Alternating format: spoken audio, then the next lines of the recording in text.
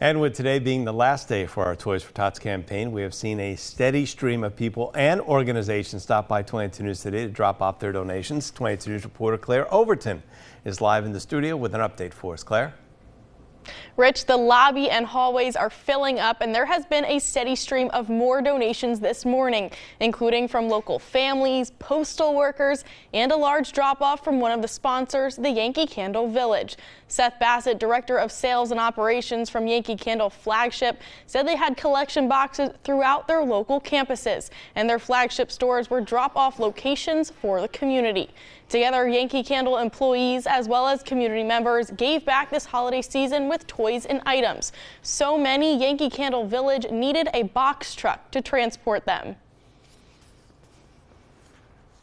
For us, I think we have the ability to give back. I think that's important in your community to support locally. And there's a lot of folks that are in need of these toys that are going to make a lot of families Christmas mornings super happy. There are two big age groups in need of more donations as they typically run out the fastest. Kids ages 9 to 13 and up, and then the opposite, newborns to 2-year-olds. Items and toys that don't pose choking hazards.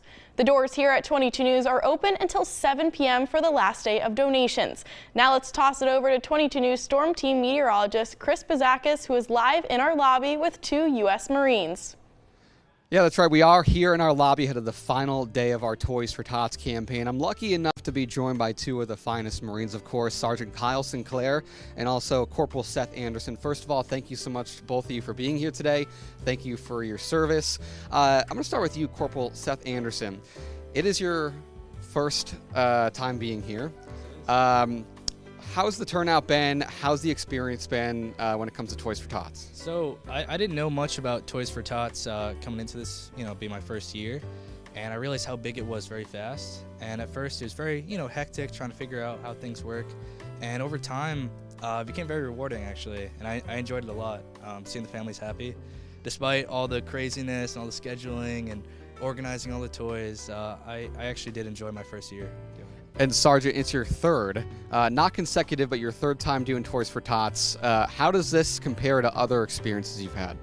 Well, in the past, we weren't doing family orders ourselves. We were letting the agencies handle that. And I second what my corporal said here. It's very nice seeing the families come through, seeing them happy. Some of them are very, they cry. They're very, very, very thankful to us. And honestly, I wouldn't change it, honestly.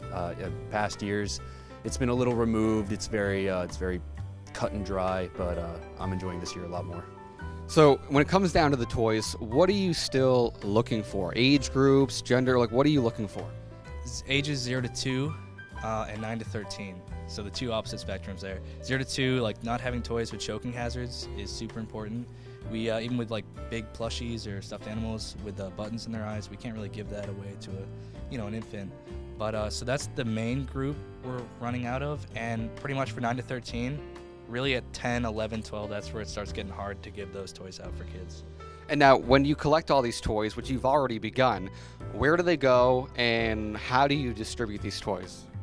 Right, so we'll collect toys from places like here at the news station, and we'll load them into the back of a box truck. We take them to our warehouse. We sort them out by age group, obviously. We'll sort them out by board games, stuffed animals. We take things we deem stocking stuffers. We'll set those off to the side.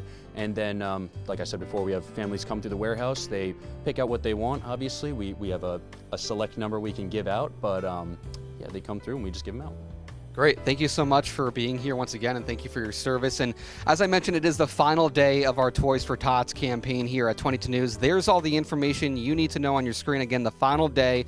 Our doors are open until 7 p.m. this evening, so still plenty of time to come on in if you do want to make that toy donation. If you want to make the in-person unwrapped toy donation, we are located right off exit 3 off 391 in Chicopee. When you come on in, just place that brand new toy on those red tables. But if you cannot make it here, or you just much rather make the online monetary donation, you can go to wwlp.com or scan that QR code right there on your screen. It'll take you to the online monetary donation page.